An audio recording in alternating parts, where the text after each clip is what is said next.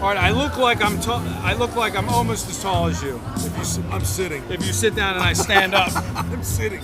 We are at Fremont Street, and it is bowl season. It is warm. He's from Buffalo, but he forgot that he's from Buffalo because he's freezing. We got the bowling for dollars, Bonanza here. This costs you big money at the Insiders game. All these games, there's 42 bowl games. Are you going to play every bowl game? That's what my clients want to know. The majority of them, but we did our early releases, which are really valuable in that you're going to get the best of the number. And on the early releases, the majority of them were total plays, to be honest with you. I had a conviction on 11 of them in advance. So 11 of the early releases are out now. Now, where does weather come and they're moving the right way. Where does weather come into play on those totals? Will you? The game right here is a perfect example. I guess we'll put it out there. Warm weather, Nevada game. Well, the Utah BYU game, and this was when the numbers came out 2 weeks ago. The way the game you think it would go was going to be leaning to the under, but knowing how windy it can get at Sam Boyd Stadium, and those winds supposed to kick up late in the day, but that doesn't mean it's not windy out there to begin with. And they're on the rim of the valley. It could get windy out there. It's windy, right? And they're betting the under like it's going out of style. So we did. Just for an example, we did the early release. We did the under 54 in that game. Okay. It's down to 51. So at the end of the day, it's a field goal. That's a 3-point difference. Could be make the difference between cashing and not cashing. Right. Absolutely. And when you look at these lines that are sitting on key numbers, and then you got a lot of garbage games. Like, I don't want to talk about specific matchups because I don't know when I'm going to actually post this video, but when you see games that are approaching key numbers, we could talk about this New Year's Day game, the Cotton Bowl. Alabama, Michigan State, 9.5. 10 is a key number.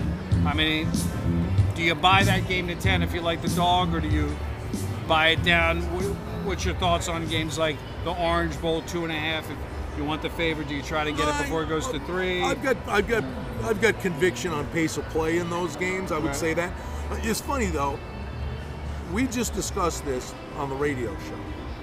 There are 42 bowl games that you have conviction on a lot of these, but there are others you're like, I'm not on board. The game within the game. But no, because it could Baylor. Art Briles has extra time to get ready for this game. If the quarterback can run that offense the way they're accustomed to running the Baylor offense, the total in the game 70.5. If that was everybody healthy going into that game, that total's in the 80s. Right. Now, you're going on a leap of faith that Briles gets the quarterback to run the offense.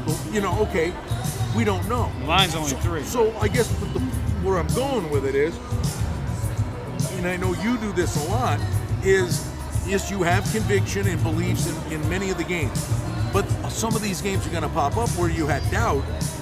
Watch the first half, and then you can make a play on these games in the second half. So just because it's the game that's on TV, you don't bet it. Right. But you can find a way. You can not, you're not trying to manufacture a play, but you can develop. If I watch 5 games, maybe 2 of those 5, I watch the first half, and I go, this guy's going to adjust here, or they turn the ball over 3 times in a red zone, they're going to score. And you can develop plays with the eyeball test on the games you're not sure about. So even though you didn't bet it on the way in, it doesn't mean the game's dead to you.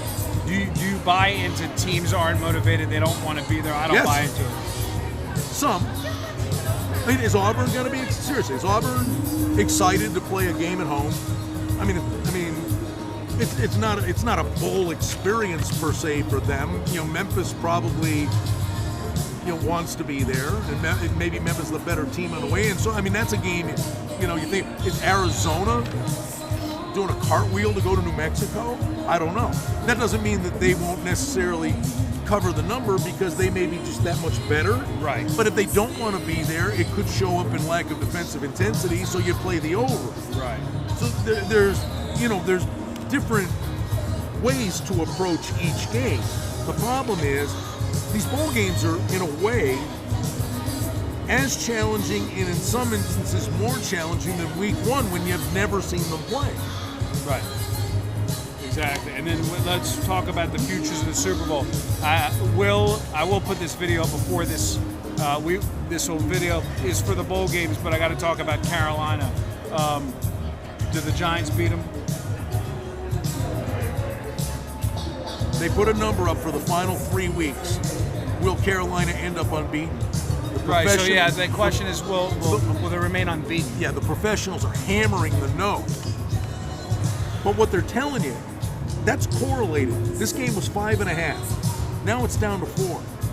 So that professional money, if you think about it, they're going to play after this game Atlanta and Tampa Bay, who, in all likelihood, are going to be done and have nothing to play for. Just spoiler. So they're telling you that if Carolina's not going to win, that this is likely the week where they're not going to win. It's got to be it. So you're seeing the correlation in the yes/no prop to the wagering number heading into the weekend. And if they do win this week, then they're going to roll. I think they will. Yeah. In fact, we just did the thing. I said, you know what? It's like the most simplistic, obvious question you ask at the beginning of a season, and it's just like sports talk radio fodder. But out of nowhere, you had a pretty good panel on it. Who do you think is going to be in the Super Bowl with 3 weeks to go? And nobody's talking about Arizona. I'm thinking Arizona, and Pittsburgh's not even in the playoffs. They're not in yet. Right. I'm saying Arizona, Pittsburgh. So there you go. You got your bowl report. Give us a call. Give me a call. If you want to get access to Brian's plays, insidergame.com. If you're not already an Insider member, you can find out how to get his text alerts, the game within the game. This video will go up late, but a couple days ago, yesterday, you saw LeBron James 10-1 at home, down at the half, gets blown out in the third quarter, comes back in the fourth quarter, rolls again. College basketball, small schools, totals. Believe me. Got to watch these games in real time. There's a lot of opportunities on the board. If you're not sure, like you said, while you're watching the games, you can always wait. The game, just because it starts, doesn't mean you don't have the opportunity. And you and I talk, what, 5, 6, 7 times a day. Exactly. And how many times you'll call me and say, hey, I like this, or sometimes you'll call me and say, what do you think here? Sometimes I'll call you and say, oh my God, you better jump on board this. I mean, the Bills-Eagles game last Sunday. The Bills fumbled the punt and went to this idiotic prevent defense at the end of the half. And the game was picked. And they were down 7 at the half and should have been up 7. And they made the second half number pick. The Bills came back. They didn't win the game, but the number should have been Buffalo 3. It was picked, but they covered the number. So, and again, I'm an eyeball guy. It matters to me. Right. I want to see how it matters. So, I mean, it's not just the games. Halftime plays, all kinds of stuff we can get out. Exactly. So that's it. That's your report, and it probably won't be warmer for the next report. Hey, Merry Christmas. You got it. Happy Merry holidays. Christmas. You got it. Good day and good luck.